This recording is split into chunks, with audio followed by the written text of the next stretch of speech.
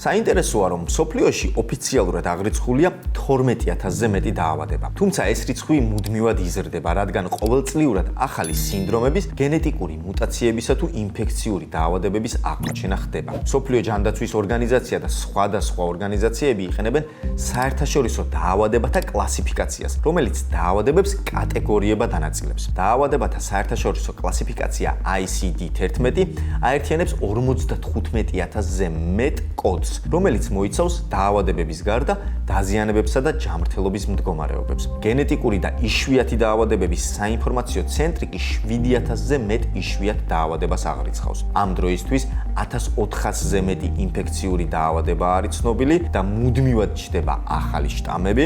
ამასთანავე აღსანიშნია, რომ ავტოიმუნური დაავადებების 100-ზე მეტი სახეობა არსებობს და საუბედუროდ 200-მდე სხვადასხვა სახის კიბოს ტიპია ცნობილი. გამარჯობა, მე გუგა ვარ და ეს ჩემი მეორე ვიზიტია.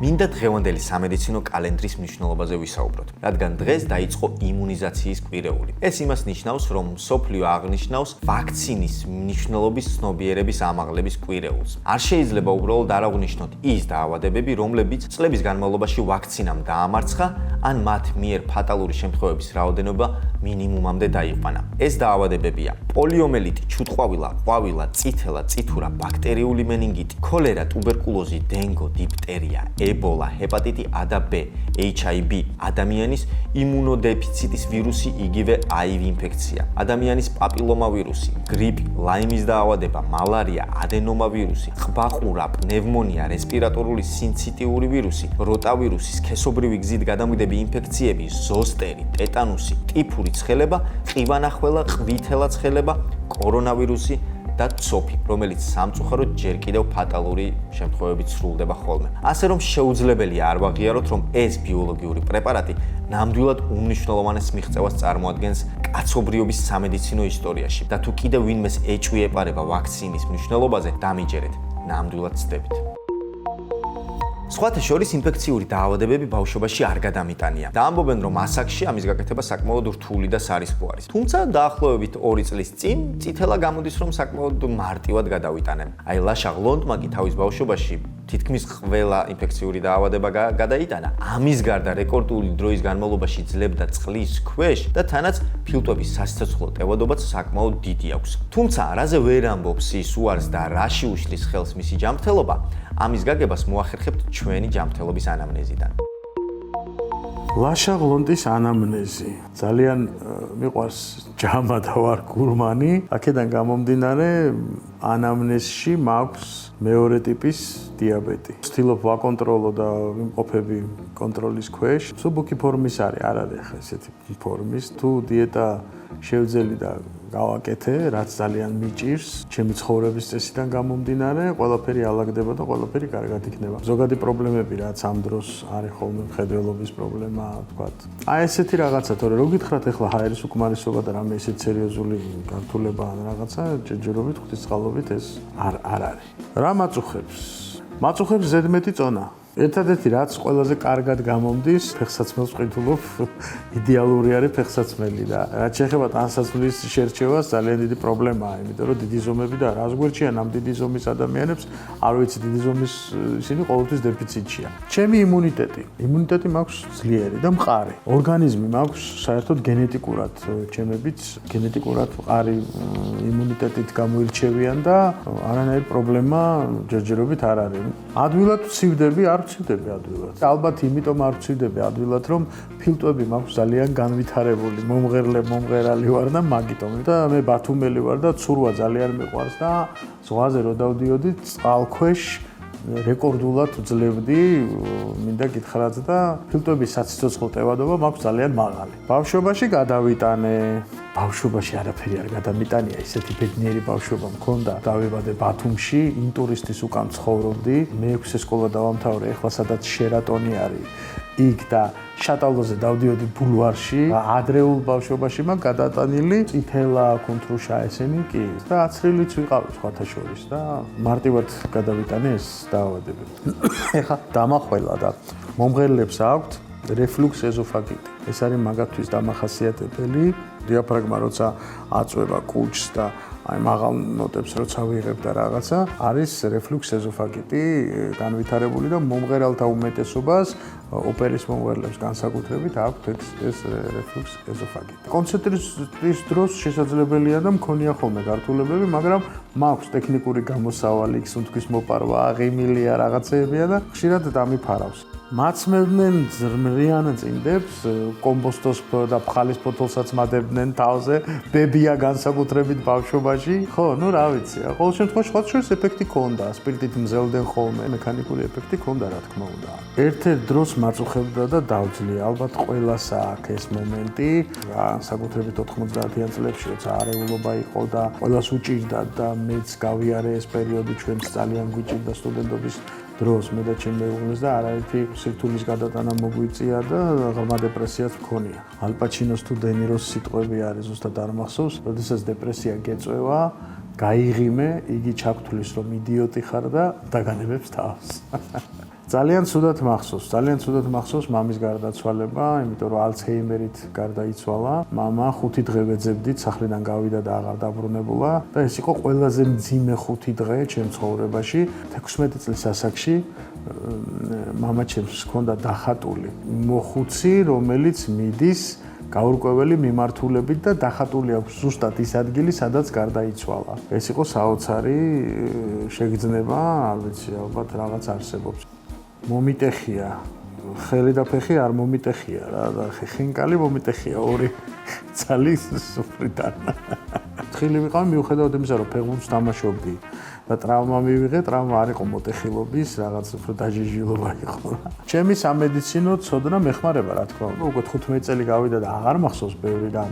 ექიმები აბსოლუტურად სხვა კასტა ვართ ჩვენ. ჩვენ ვართ ადამიანები, რომელთაც კოლეგიალობა აბსოლუტურად სხვა რანგში ყავს აყვანილი და მინდა ვისარგებლო შემთხვევით და ყველა ჩემი კოლეგა მოვიგითხო, ძალიან მაგარი ხალხია, ძალიან მაგრად მღერიან, ძალიან ნიჭიერები არიან და ქართველი ექიმები კიდე განსაკუთრებით გამორჩეულები არიან. წონა და სასწორი ჩემ ცხოვრებაში. არ მეყვარს სასწორი. წითელ ჯვართან ერთად მუშაობდი მე და იქ მაჩუქეს შვეიცარიული სასწორი, რომელიც არის იდეალური და განსაკუთრებით არ მეყვარს. მეყვარს არასწორი სასწორები, რომელიც წონას აკლებს და მეყვარს სარკეები, რომელიც ახთუნებს. როგორი მამა და ბაბუა ვარ მათი ავადყოფნის დროს, სრულიად ადეკვატური, შეშლილი ზედმეტად მომთხოვნი რაღაცეების, რაღაც ისეთი რაღაცეების კვლევას ვითხოვ, რაც აბსოლუტურად საჭირო არ არის, მაგრამ ხო იცი ხა შვილი და შვილი განსაკუთრებით გიყვარს ადამიანს და ყველაფერს გადადებ და გაიმედებ და თავსაც კი დასწირავ მათი გულისთვის. COVID-19 ჩემ ცხოვრებაში მართლაც უდოთ ვიყავი. ფეხზე ვერ ვდგებოდი, მახსოვს საავადმყოფოდან რომ გამოვიდი, მანქანაზეც ვერ დავჭიქი. ცნობენ და კლინიკებში რიგს მithმობენ. ცნობენ, რა თქმა უნდა, ყველგან ცნობენ. ბევრჯერ ფულს არ მართმევენ და ძალიან უხერხულ მდგომარეობაში ვარდები. კლინიკებშიც, ტაქშიც, იმაშიც და ცოტა ისეთი ის არის, მაგრამ მედიცინაზე რახან არის გადაცემა. მინდა ერთი რამ მეკითხრათ რა. აი გორში რომ მიდიხარ და რო აჩერ. იქ ფასიანი საპირპარეშოა და იქაც არ მახტევენ ფულს. აი თუ გაგიგიათ ასეთი საპირპარეშოში დაპატიჟებული ადამიანი, ეს ძალიან სასიამოვნოა, როცა უბრალო ადამიანები ასე გეფერებიან. ალერგიული არა ვარ. ალერგიული ვარ უტიფარ ადამიანებზე. რას ვერ ვახერხებ ჯანმრთელობის გამო. პიჯაკის შეკვრას კარგად. მე ქირურგად მუშაობდი და თვალზე პრობლემების შემდგომ უკვე დავანებე კლინიკურ მედიცინაში მოღვაწეობას თავი. ავადყოფნის გამო გადამიდია კონცერტი. კონცერტი არასოდეს არ გადამიდია. 39 სიცხით, 40 სიცხით ყოფილვარ, ხმაჩახლეჩილი ყოფილვარ, მაგრამ კონცერტი არ გადამიდია არასოდეს. სისხლი გამიღია, კი. უფრო ახალგაზრდა ასაკში, აი სკოლის პერიოდში და სტუდენტობის პერიოდში ორჯერ თუ სამჯერ მოხდა ესეთი რამ. ჯანსაღ ცხოვრებას ვიცავ, იმიტომ რომ არ ვსვამ და არ ვეწევი. ჩამ.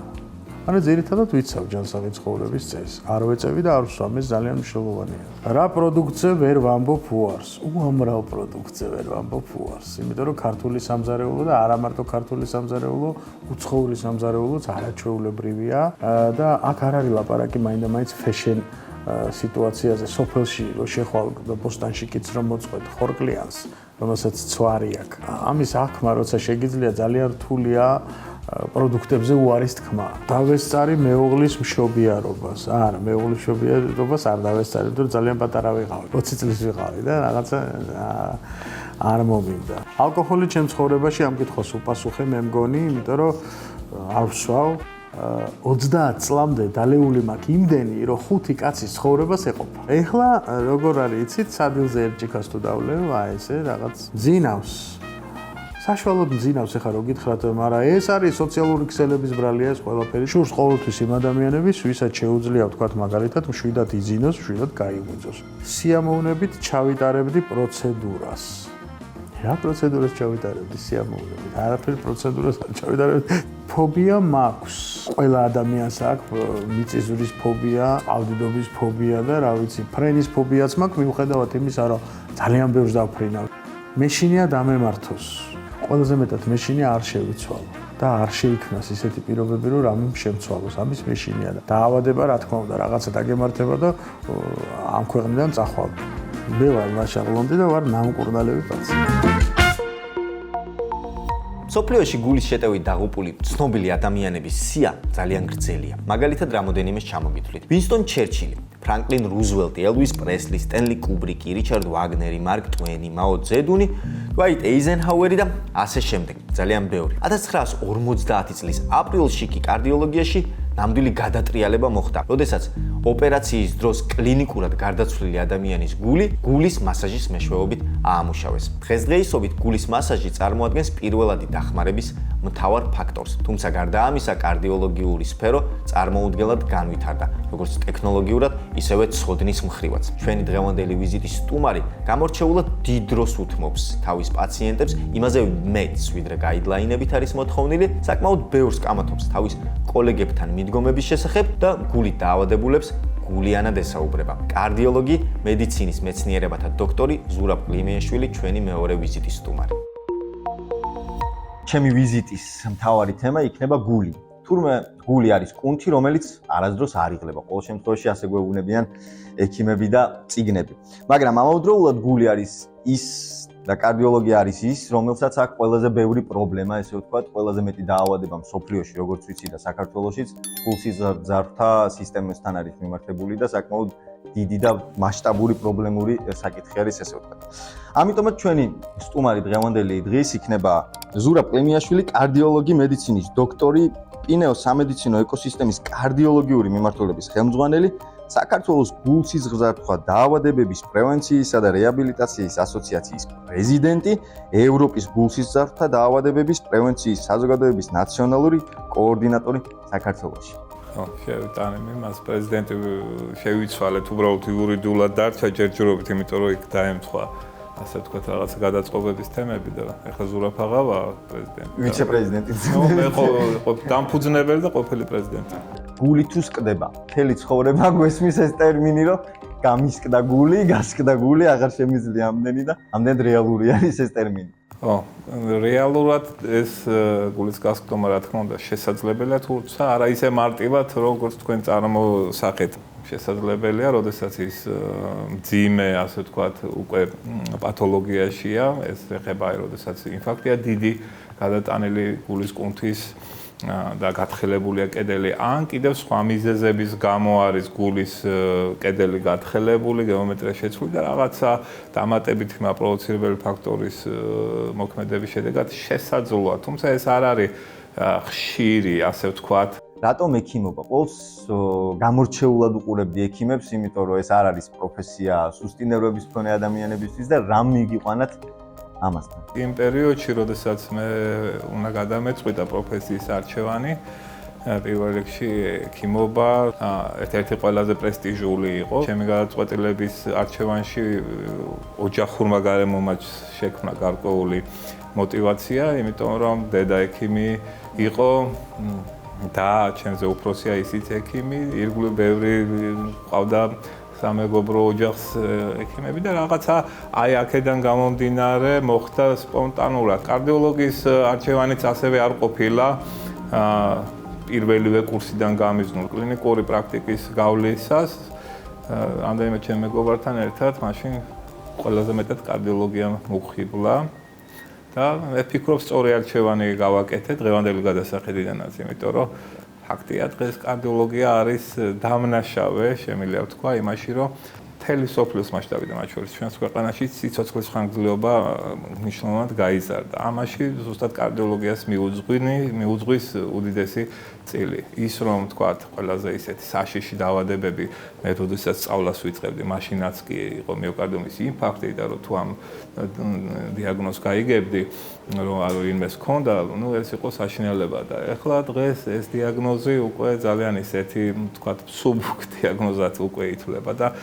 ამ დიაგნოზით თუ ძალიან დაგვიანებული, ან ძალიან თანხლები მძიმე პათოლოგიებით არ არის პაციენტი ძალიან იშვიათად რომ ასეთ ფატალურ შედეგამდე მივიდა, ან ადამიანი მწვავე ინფარქტის დროს გარდაიცვალოს. რა თქმა უნდა, ხდება ესეთი, მაგრამ გაცილებით იშვიათად და დაავადების გადატანის შემდგომაც ადამიანებს უმეტესობა უბრუნდება ჩვეულ ცხოვრების რიტმს. ეს არის ძალიან მნიშვნელოვანი, იმიტომ რომ თანამედროვე მედიცინის ძირითადი მიმართულება არა მარტო გადაარჩინოს ადამიანს, არამედ ის დაუბრუნდეს ნორმალური ცხოვრების რიტმს, თავის ოჯახს, თავის სამსახურს, რომ მას ჰქონდეს ის ფუნქცია, რაც მანამდე ჰქონდა.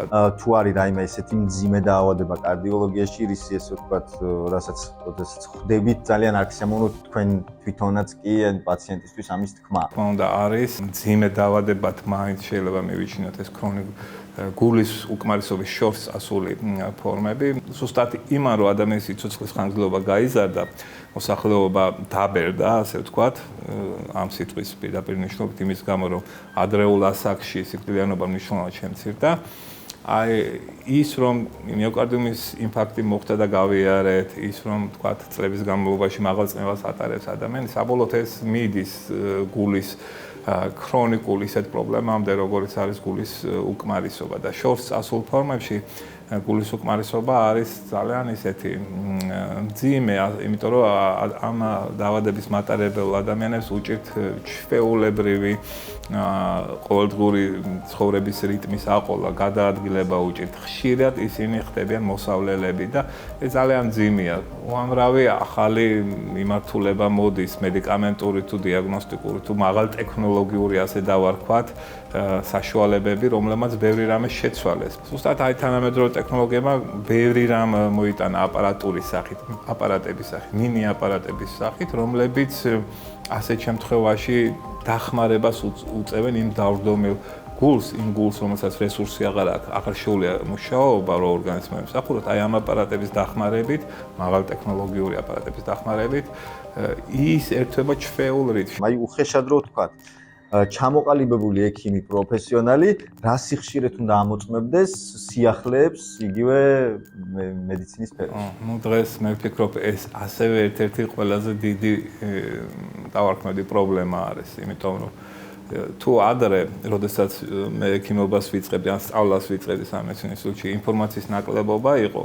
ახლა ისეთი ზღვა არის ინფორმაციის, რომ აი ამ ზღვაში სწორი მიმართულებების არჩევა და სწორი გზით სიარული ძალიან რთულია. აი ამ ზღვა ინფორმაციებს საბოლოო ჯამში ამუშავებენ და თავს უყრიან ეგრეთ წოდებულ სახელმძღვანელოებში, გზამკვლევებში გაიდლაინებს ეძახი და აი ამ გაიდლაინებში მოხვედრილი დაფილტრული ინფორმაცია იყრის თავს და იქიდან შედარებით უფრო მარტივია ინფორმაციის, სწორი ინფორმაციის მიღება. მაგრამ საქმე ის არის, რომ იმდენად უცებ მოდის ახალი სიახლეები, რომ ეს გაიდლაინები ძალიან ჩქარა იცვლება. თქვენ ახსენეთ ეს ჭარბი ინფორმაცია და დღევანდელ სამყაროში ინტერნეტი და Google გახდა ესე ვთქვათ რელიგიაც კი ბევრისთვის და იქ უკვე ბევრად უფრო კომპეტენტურ წყალებში ინფორმაციას იღებენ ადამიანები და რა არის ესეთი გამორჩეულიაც ხსმენია თბილისში აბსოლუტურად სხვანაირად რო იყენებენ დაუშვათ ან ტერმინი ან იგივე მიდგომა. საქმე ის არის, რომ აი ამ ინფორმაციის ასეთმა სიჭარბემ გამოიწვია ის, რომ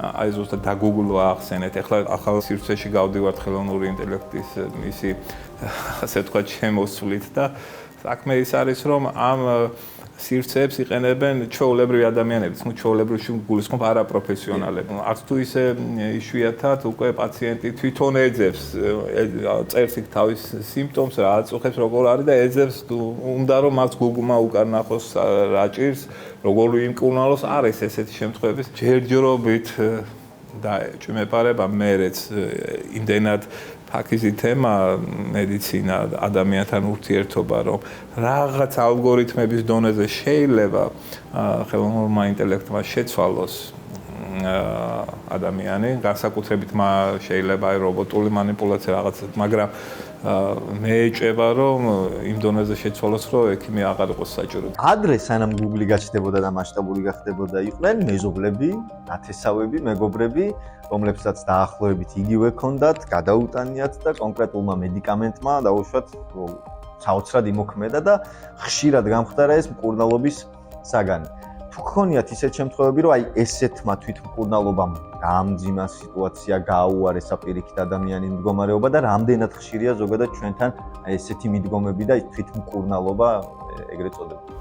თქვენ ისეთ მნიშვნელოვან და ფიქრობ საჭირო რომ თემა შეეხეთ, ადრეოთან დააყოლეთ რომ მსმენია, თუმცა ეს ადრე ეხლაც არის, მე შემიძლია გითხრათ კონკრეტული წამამაგიწი აი მე ეს წამალი ვიხმარე და გადასარევი არის და მოდი შენ ციხმარე და რა თქმა უნდა ასეთი ძალიან ბევრი შემთხვევა ჩვენ ამას ვეძახით სამეზობლო რჩევებს და სამეზობლო მედიკამენტებს, ხო? არის ასეთი რა თქმა უნდა ბევრია და ეს პრობლემაა, იმიტომ რომ აი უკვე მედიცინის მიდგომა იცვლება და გადადის ეგრეთ წოდებულ ჰოლისტიკური მიდგომას არქმევენ, რომ პაციენტი იშვიათად რომ ერთი პრობლემით იყოს, უკვე განსაკუთრებით ეს ეხება ქრონიკულ დაავადებებზე მაქვს საუბარი და ეს ქრონიკული დაავადებები ყველაზე ბევრი მაინც კარდიოლოგიას აქვს. დავიწყოთ პირველ რიგში ჰიპერტენზიით, ანუ მაღალი წნევით. მსოფლიო მასშტაბით მოზრდილი მოსახლეობის 30%-ზე მეტი ყოველ მესამე. ეს რაც ვიცი და რეალურად შეიძლება მეტიც არის და ალბათ არის. შეხედვით ძალიან ძველია, მაგრამ ამასობაში იმდენად რთულია, რომ აი კარდიოლოგთა საზოგადოების, თქვათ, ევროპული ნაწილი, ამერიკული ნაწილი, აზია, ეს თავიანთ სოციუმები, ხო, ვერ თანხმდებით საერთო ენაზე აქ. გულისხმობ, რომ მიდგომები, დიფერენციაცია, კლასიფიკაციები და ასე შემდეგ, იმდენად რთული აღმოჩნდა ეს პრობლემა. ამ პრობლემას გართულებებია სხვადასხვა ტიპის არითმიები, იგივე ის გულის უკმარისობა, ყველა არის ქრონიკული. რას ნიშნავს ქრონიკული? თუ დიაგნოზი დაისვა ერთხელ, ეს დიაგნოზი აღარ სადმიდის. აი აქ არის ერთ-ერთი ყველაზე მტკივნეული თემა ადამიანებისთვის. მოდის ადამიანი, პაციენტი რაღაცა აწუხებს, შენ ეუბნები რომ აი იცი რა, კი ეს გაწუხებს, ამას უშველით, აღარ შეგაწუხებს. მაგრამ ჩვენ ადამიანებს ძალიან გვიჭირს იმის გაგება, რომ დღეს რომ აღარ შეგვაწუხა, იმიტომ რომ ექიმმა რაღაც დაგვინიშნა, მივიღეთ, ხო? აი ამას აღქმა გვიჭირს ძალიან, რომ თუ ეს არ გავაგრძელეთ, ხვალე ისევ შეგვაწუხებს. აი ეს არის ქრონიკული დაავადება და ეს არის ყველაზე დიდი პრობლემა. ძალიან დიდი მნიშვნელობა აქვს დროს. პაციენტს განსაკუთრებით ამაზე აი ძალიან ხშირად ვკამათობ კოლეგებთან, სხვა სპეციალობის კოლეგებთან და მე ვამბობ, რომ პაციენტს რომელსაც გული აწუხებს, სხვანაირი მოპყრობა ჭირდება, სხვანაირი ურთიერთობა ჭირდება, სხვანაირი საუბარი ჭირდება და ეს საუბარი ხშირად ცოტა დროში იწელება. და თანამედროვე მედიცინა ხშირად დროს შტამპავს და არის სპეციალური ასე თქვათ გაიდლაინები დავარქვათ რომ აი შენ პაციენტთან უნდა დააყო 15 წუთი, 2 წუთი იმისთვის, 3 წუთი იმისთვის, 5 წუთი. აი ესეთი დროის გამიზნული ჩარჩოებში მოქცევა ჩემი აზრით და ბევრი არ დამეთანხმება არასწორია, განსაკუთრებით კარდიოლოგის პაციენტთან. კარდიოლოგის პაციენტს სჭირდება ძალიან ისეთ გულთბილის საუბარი. მას გული აწუხებს და გული ანათ უნდა მიუდგე. ეს არის საწყისი. ექიმობა არ არის, პაციენტი მოვიდეს, დაუწერე, დიაგნოზი დაუსვით, მედიკამენტები გამოუწერე, მიეცი. ხო, აქ ცალკე პრობლემა დაწერაში და ახსნაში. ესეც დროის თემა და ხშირად აქაც პრობლემაა. მე პაციენტი იწყებს იმას, აი ეს ექიმო ეს დილით მივიღოთ თუ საღამოს, ხან წერია, ხან ამ დროს მივიღოთ.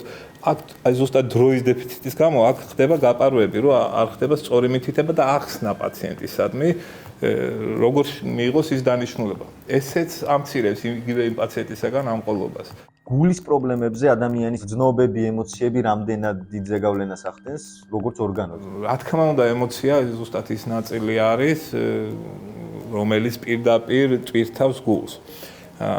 სულ ერთია დადებითი იქნება ემოცია თუ უარყოფითი. უეცარი დიდი სიხარული იქნება თუ ეცარი დიდი სტრესი შიში, ხო? ორივე შემთხვევაში გული პასუხობს იმ თავისი ფუნქციური აჩქარებით, ასე თქვა. ბაგაბუგობს, ხო? გული იწყებს ბაგაბუგს და ის და თუ ასეთ შემთხვევაში მას აქვს პრობლემები უკვე, რა თქმა უნდა, აი ესეთ განსაკუთრებით უეცარი სტრესის შემთხვევაში, რა თქმა უნდა, უეცრად შეიძლება განვითარდეს რაღაცა იმ ქრონიკული პრობლემის გამწვავება. სამწუხაროდ ასეა, ხო? უარყოფითზე გაცილებით მეტია ყველაფერი ჩვენს გარშემო ვიდრე პოზიტიურზე, ხო? ასეთი უარყოფითი დიდი სტრესის შემთხვევაში, აი ეს ქრონიკული დაავადებები ნელა უფრო და უფრო პროგრესირებს და მიდის ნელა გართულებება, ცუდ გართულებება.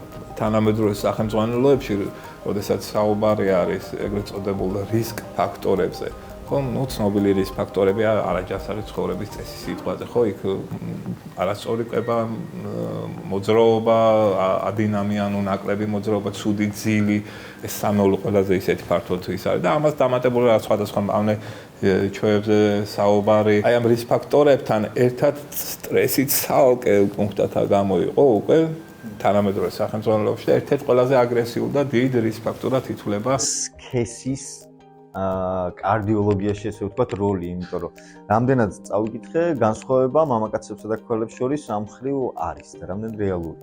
ნახო, გარკვეული განსხვავება არის, ოღონდ ეს განსხვავება არის გარკვეულ ასაკამდე.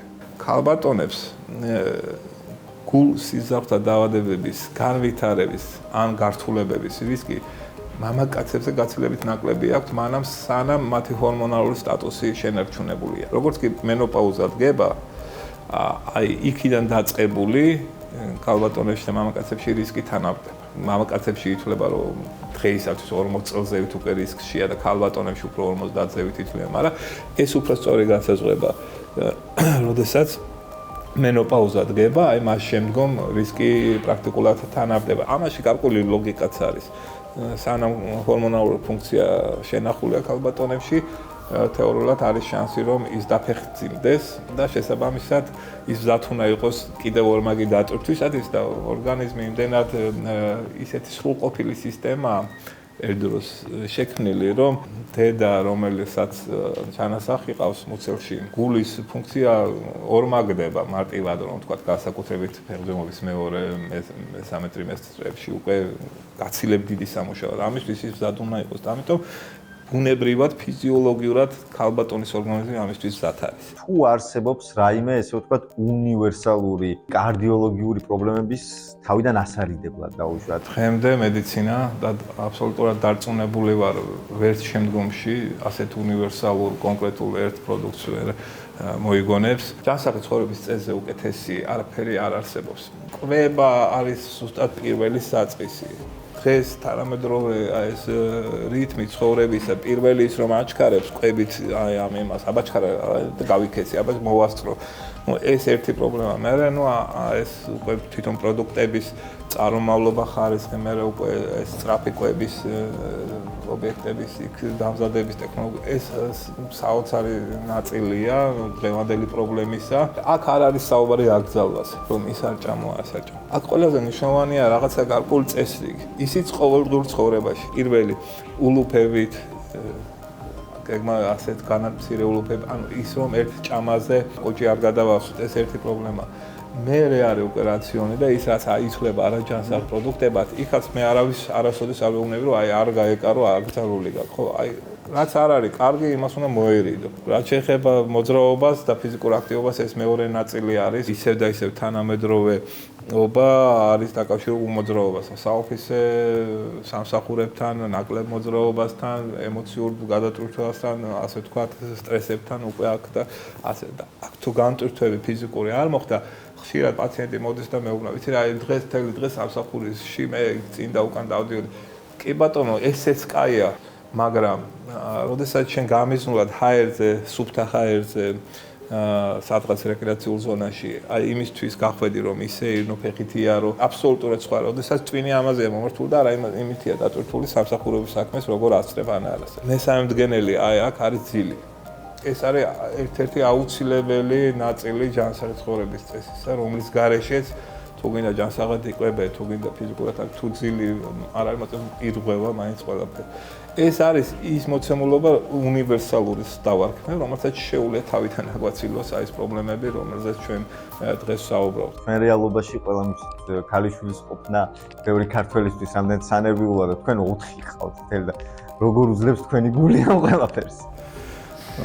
პირიქით ეს 4 გულს უფრო ამშვიდებს უხშირესად, იმიტომ რომ თბილები არიან რაღაცა და როდესაც დაღლილი სახლში შედიხარ და მათ სითბოს გრძნობ, ეს პირიქით ამშვიდებს. რა თქმა უნდა, ახლა როგორ შეიძლება დღეს მით უმეტეს მოზარდებში რაღაცა გარკვეული ყოფითი პრობლემები ოჯახში ან მათ გარე მოძრაობის დროს, რა თქმა უნდა, ეს ჩვეულებრივი ცხოვრება და არის, მაგრამ მათი სითბო მე ფარავს ყველაფერს და ამიტომ მადლობა ღმერთს, რომ ასეთები არიან. თქვენ როგორი პაციენტი ბრძანდებით? ეგ ერთ-ერთი ყველაზე პრობლემური ნაწილია, ახლა ეს კითხვა რაც დასვით, იმიტომ რომ ეს საყოველთაოდ აღიარებულია, რომ ყველაზე ცუდი პაციენტი ექიმია. რატო არის ასე? გარკვეული ლოგიკური ახსნა ამასაც აქვს. იმიტომ რომ როდესაც მე პაციენტს ვესაუბრები, რომელსაც სამეცნიერო განათლება არ აქვს, აქ ძალიან მნიშვნელოვანია ის, რომ მან მიიღო ჩემი ნათქვამი, მენდო და დაიწყო ამის შესრულება. და ექიმი ყოველთვის იწყებს ფიქს. აი ის რატო არის, ეს რატო არის? აი იმან რო ეს დაიწერა, უხშირესად ვამბობ მე ესე. თუ ეს მოვახერხეთ და დავკეტეთ ეს კრიტიკული ნაწილი, როდესაც მე პაციენტის როლში ვარ და ჩვეულებრივი მოკვდავი პაციენტი გავხდი, გაცილებით უკეთესი შედეგი არის ყოველთვის, ვიდრე როდესაც მე კრიტიკულად ვუყურებ კოლეგის, ჩემდამი, ასე ვთქვათ, გარკვეულ რჩევებს. და ბოლოსკენ მინდა კიდევ ერთი პატარა რუბრიკა გვაქვს, ესეთი ჩვენთან ტყუილია ეს კონკრეტული ეს წინადადება თუ მართალი ეს ვთქვათ. ძალიან გავრცელებულია ჩვენთან ხშირად ხდება ესეთი პოზიცია, რომ უცხოეთში სხვანაირად მკურნალობენ, ამდენ წამალს არ ნიშნავს. ბევრი წამლის დანიშნა არ არის მხოლოდ ჩვენი პრობლემა, ეს საყოველთაო მსოფლიოს პრობლემა, პოლიპრაგმაზია ქვია ამ ნაწილს. რაღაცა დონეზე შეიძლება ჩვენთან მეტი იყოს, რაღაცა დონეზე არა, მაგრამ ამას თავისი ასე ვთქვათ ობიექტური თუ სუბიექტური მდგენელები გააჩნია, ეს რეალური პრობლემა არის, ოღონდ არა მხოლოდ ჩვენი. კიდევ ესეთი პოზიცია გამიგია, თუ ცხვირის გიდე გაქვს გასაკეთებელი, საოპერაციო, რადგან გულს უწყობს პირდაპირ. ეგ ძალიან საინტერესო თემა არის სუნთქვა. კი ბატონო, ჯანსაღი ცხოვრების და ჯანმრთელობის ერთ-ერთი მნიშვნელოვანი პირობა ჯანსაღის სუნთქვა. აქედან გამომდინარე, თუ სუნთქვით გზებში რამე პრობლემაა, ამან შეიძლება შექმნას ორგანიზმში სხვა პრობლემა, მათ შორის გულსახთა სისტემაში, იმ პაციენტებში, ვისაც აქვს სუნთქვის დარღვევები და ეს ეხება განსაკუთრებით ღამის, ძილის სუნთქვის პრობლემებს და თუ ცხვირი პრობლემურია, ძილში ხშირად ეს თავს იჩენს კიდე უფრო მეტად. ასეთი სუნთქვის დარღვევა ხშირად არის, რა თქმა უნდა, დამატებითი ფაქტორი ამა თუ იმ ქრონიკული დაავადების განვითარების, რთულად მკურნალობის, შედეგის რთულად მიღების. ვარჯიშის დროს აჩქარებული გული თუ ასუსტებს სისტემას? ვარჯიშის დროს გული უნდა აჩქარდეს. აქედან დავიწყოთ. ახლა აქ უკვე მივდივართ თემასთან, ვინ ვარჯიშობს, რამდენ ხანს ვარჯიშობს, რამდენ ხანს არის გული აჩქარებული და ასე. თუ ეს სპორტსმენია, ნუ იქ ნაკლები პრობლემაა. თუ ეს არის ადამიანი, ვისაც ესა თუ ის ქრონიკული დაავადება უკვე აქვს, მაშინ აქ კონტროლია საჭირო. რა თქმა უნდა, დროში, გახანგრძლივებულ დროში გულის აჩქარება შეიძლება გახდეს ამა თუ იმ ქრონიკული დაავადების გამწვავების მიზეზი. წმინდა მათემატიკურად ჩვენ გვაქვს დათვლითი გულის აჩქარების ნორმები, ეს ასაკთან არის მიბმული, ეს არის 220 გამოკლებული ასაკი, ხო, ეს არის ის მაქსიმალური გულის შეკუმშათა სიხშირე, რომელიც დატვირთვისას შეიძლება ორგანიზმმა აიტანოს, ასე ვთქვათ. და ოპტიმალურად ითვლება ამ 100%-ის 80-85%. ანუ ცოტა უფრო ნაკლები ოპტიმალურად. დიდი მადლობა, ბატონ ზურა, ძალიან საინტერესო საუბარი იყო და რო შევაჯამოთ თქვენი სიტყვებით, თავარი არის ჯანსაღად ვიცხოვროთ, ჯანსაღად ვიკვებოთ და დროულად მივმართოთ პროფესიონალ კვალიფიცირებულ ადამიანებს. დიდი მადლობა თქვენ წარმატებები. დიდი მადლობა სტუმრობისთვის, გისურვებთ ჯანმრთელობას პირველ რიგში თქვენ და ჩვენს მაყურებლებს კი ცოტა ხნით დავამშვიდობთ. იცოდით, რომ პირველი ჩვილების ხელოვნური დანამატი ჯერ კიდევ 1867 წელს შეიქმნა. მანამდე შუა საუკუნეებში თუ დედა ძუძუთი კვებას ვერ ახერხებდა, ეს წარმოუდგენლად დიდ პრობლემებს უჩენდა მას, რადგან ხშირ შემთხვევაში ამის გამო ჩვილი ერთ წლამდეც ვერ აღწევდა. ცხოველური რძე ხომ ჩვილისთვის წარმოუდგენლად რთული გადასამუშავებელია. ამიტომაც ეს იყო ძალიან დიდი გამოწვევა ფარმაცევტებისა და მეცნიერებისთვის და ისინი ძალიან ბევრს შრომობდნენ იმისათვის, რომ ხელოვნური დანამატი მაქსიმალურად მიეახლოვებინათ დედის რძესთან. საბედნიეროდ მათ ეს მოახერხეს და დღეს ჩვენ საკმაოდ დიდი არჩევანი გვაქვს. კიდევ ერთი ძალიან საინტერესო და მნიშვნელოვანი საკითხი, რომელზეც ახლა უნდა ვისაუბროთ, არის ბავშვთა კვება. კიდევ ერთხელ აუცილებლად უნდა განმეორდეთ, რომ ლაქტაცია უალტერნატივო არჩევანია და დედის რძე ეს არის ალბათ სამყაროში საუკეთესო პროდუქტი, რაც კი შეიძლება არსებობდეს. მაგრამ საუბედუროდ ეს არ არის ხშირ შემთხვევაში არჩევანი და შეიძლება რაღაც გარკვეულმა პრობლემამ, მიზეზმა გამოიწვიოს ის, რომ დედამ ვერ მოახერხოს. საბედნიეროდ ეს აღარ გახდა პრობლემა, რადგან დღესდღეობით მეცნიერების დახმარებით და მადლობა მათ, რომ გვაქვს უამრავი ალტერნატივა, თან შეგვიძლია კონკრეტულად შევარჩიოთ ის ფორმულა ეგრეთ წოდებული, რომელიც ბავშვს უკეთ ერგება და უფრო უკეთესი იქნება მისი ჯანმრთელობისთვის. გაგაცნობთ ქალბატონ მაიას, რომელიც გახლავთ პედიატრი, ნუტრიციოლოგი და რა თქმა უნდა მედიცინის დოქტორი. დიდი მადლობა ქალბატონ მაია მობრძანებისთვის. რა შეიძლება იყოს გამომწვევი მიზეზი იმისა, რომ დედამ ვერ აჭამოს ბუნებრივი, ესე ვთქვათ, გზით თავის ჩვილს?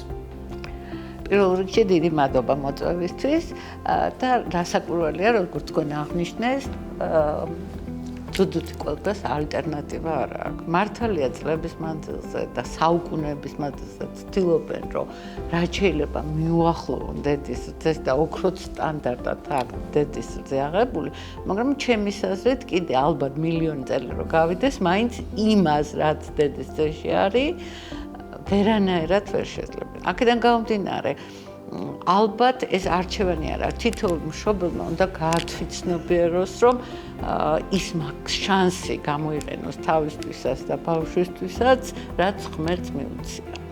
მაგრამ არსებობს 2% მსოფლიოში ქალებისა არ აქვთ რძე და ვერ ყვებავენ თავის შვილებს. არსებობს შემთხვევები, როდესაც მედიკამენტოზულ მკურნალობაზე არიან დედები.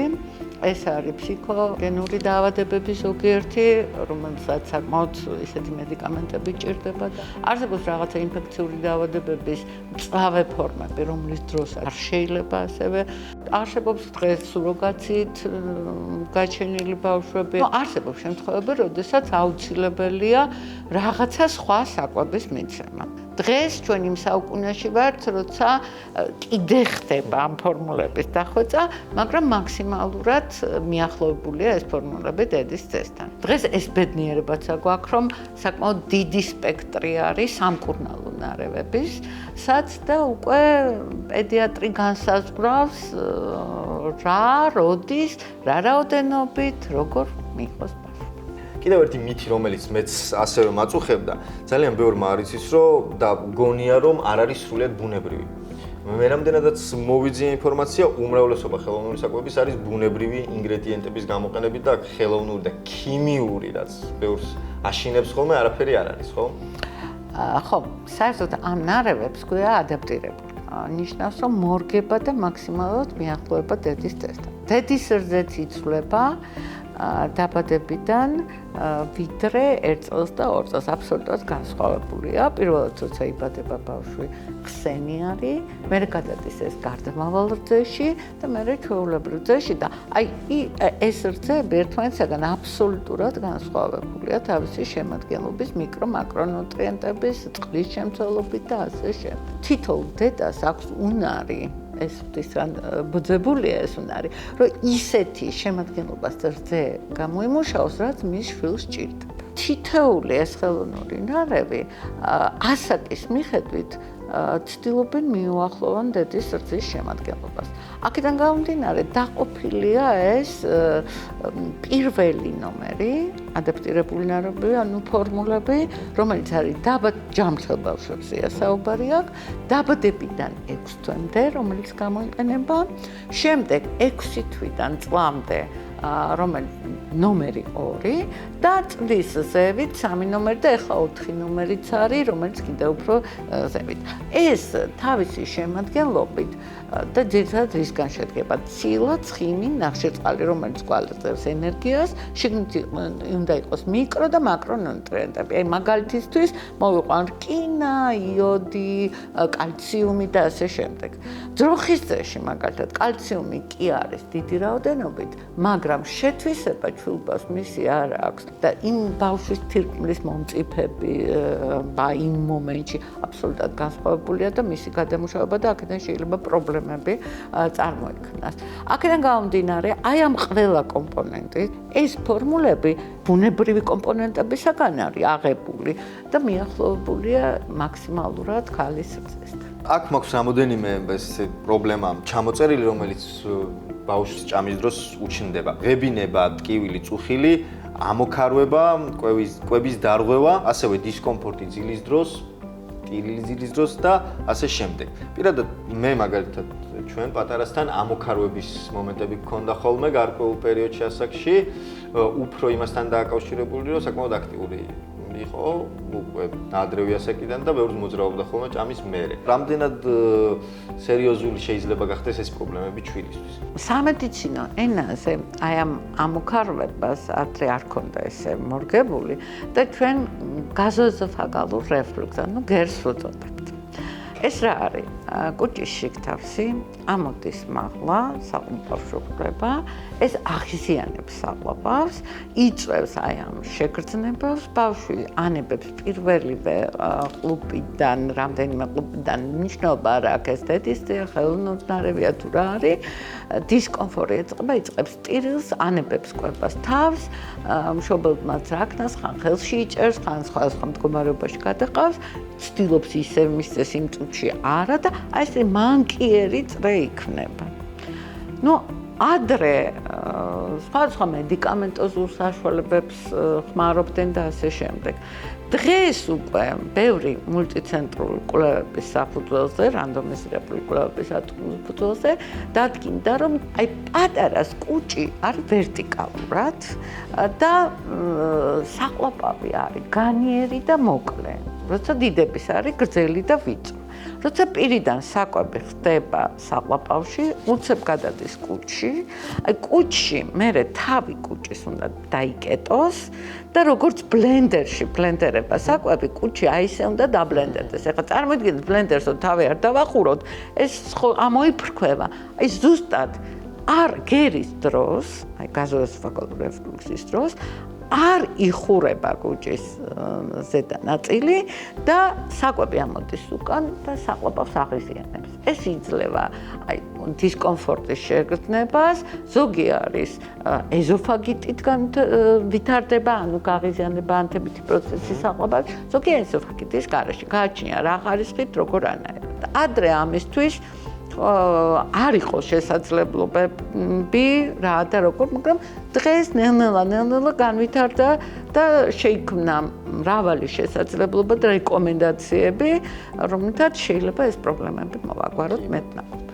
გავიგე მეც, რომ თურმე არსებობს პროდუქტი, რომელსაც შეუძლია ამ პრობლემის საკმაოდ მარტივად და ზედმეტი ყველა შემთხვევაში შეიძლება არა, მაგრამ უმრავლეს შემთხვევებში ალბათ კი აი ერთი შეიძლება 2 კვირის ასაკიდან უმრავლეს ბავშვებში შეიძლება გამოვლინდეს და 4 თვემდე.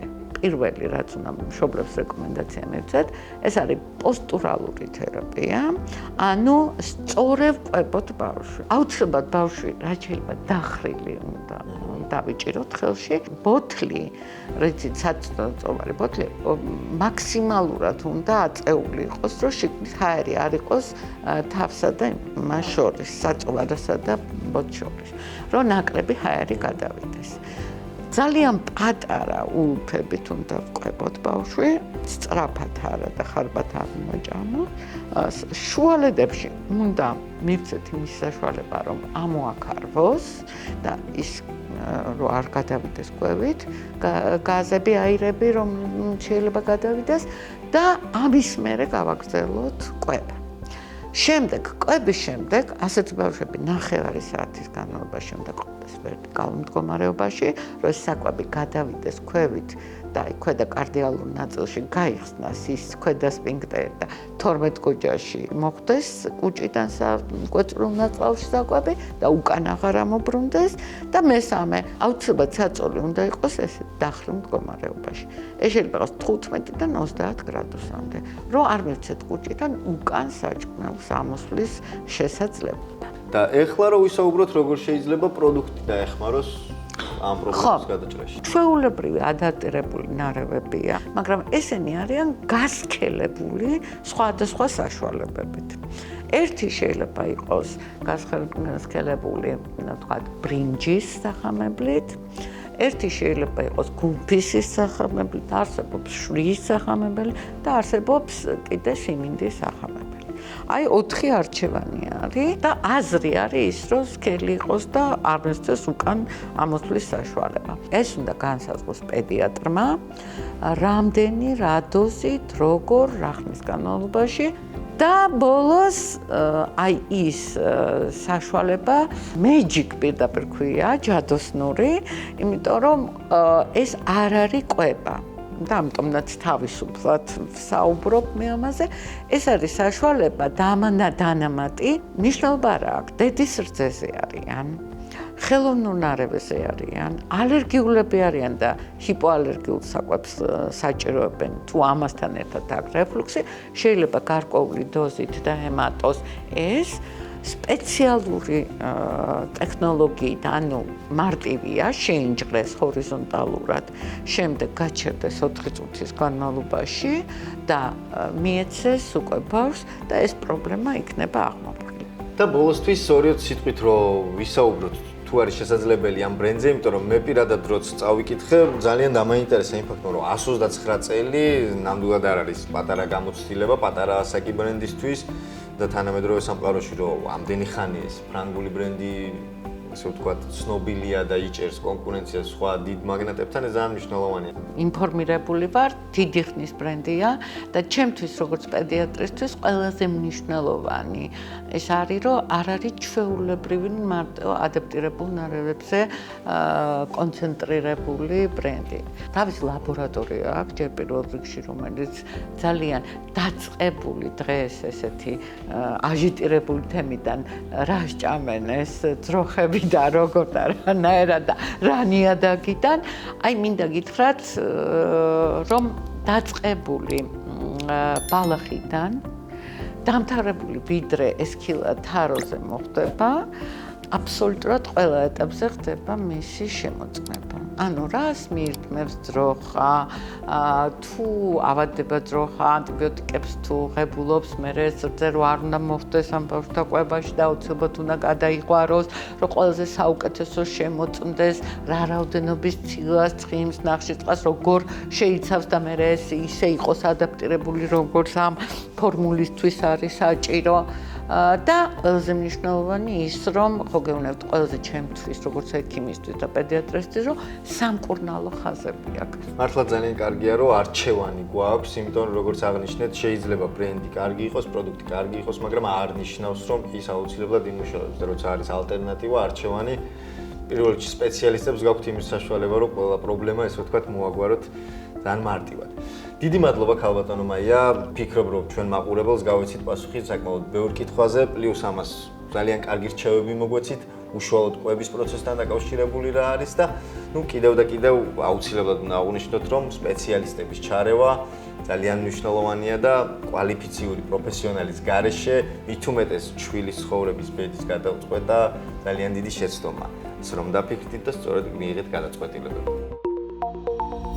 წყალი ბუნებრივი წამალია. დილა აუცილებლად დაიწყეთ 1 ჭიქა წყლით. ის ააქტიურებს მეტაბოლიზმს და ღვიძლს ამზადებს შხამების გამოსადევნად. დღეში 6-8 ჭიქა წყლის დალევა ეხმარება ტვინს, თირკმელებსა და გულს უკეთ ფუნქციონირებაში. გაუფრთხილდით თქვენს ჯანმრთელობას, რადგან ამას თქვენს გარდა ვერავინ იზავს.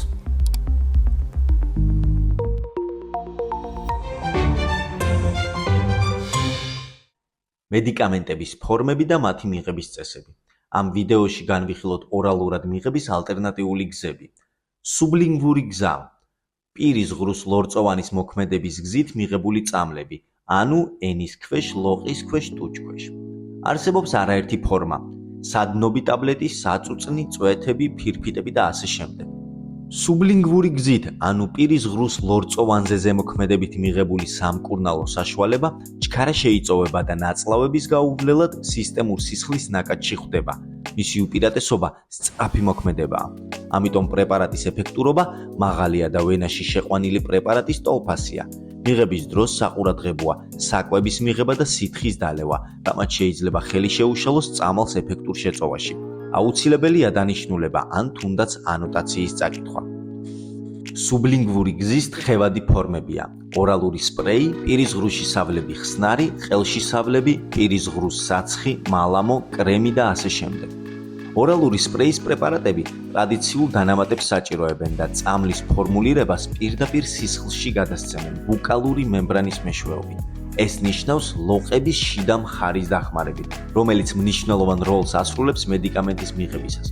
ყელის სპრეის საშუალებების უმეტესობა, როგორც წესი, შეიცავს ადგილობრივ საანესთეზიო საშუალებებს, რომლებიც ორგანოს აბუჟებს. ისინი ასევე ხშირად შეიცავენ დამამშვიდებელ ინგრედიენტებს, რომლებიც ფარავენ ყელს და იცავენ მას შემდგომი გაღიზიანებისგან. ზოგიერთი მათგანი შეიცავს ანტისეპტიკურ აგენტებს, რომლებიც კლავენ მიკროორგანიზმებს თუ ბაქტერიებს. მიუხედავად იმისა, რომ ყელის სპრეი არ საჭიროებს რეცეპტს, თქვენ უნდა გამოიყენოთ ისინი თანდართული ინსტრუქციის მიხედვით ან ექიმის დანიშნულებით, რათა კონკრეტული დიაგნოზის შემთხვევაში მოხდეს კონკრეტული სპრეის შერჩევა. პირის ღრუდან სუნთქვის სისტემაში მოსახვედრი წამლის ფორმები.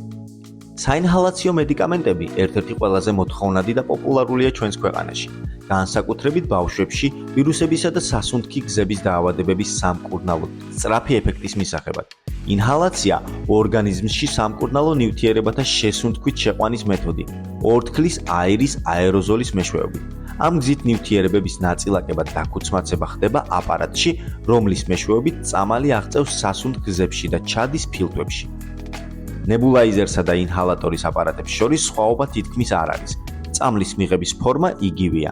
ნებულაიზერი მოცულობით უფრო დიდია, უფრო დიდი ამოფრქვევა გააჩნია და წამლის შეღწევადობაც უფრო მოცულობითია. ინჰალატორები კი შეიძლება იყოს პატარა და პორტატულები, რაც ბავშვებისთვის უფრო მისაღებია. ეს გზა გამოიყენება პრეპარატის მისაწოდებლად ძირითადად ქვედა სასუნთქ გზებში, როგორც ხანმოკლე, ასევე ხანგრძლივი მკურნალობის პერიოდშიც. ინჰალაციისთვის განკუთვნილ ყოველ წამალს თავისი სამკურნალო დანიშნულება და დოზირება აქვს, ამიტომ ინიშნება მხოლოდ ექიმის რეკომენდაციით. გაუფრთხილდით ჯანმრთელობას, გაეცანი ჩვენს ინსტრუქციებს და დაელოდე მომდევნოს.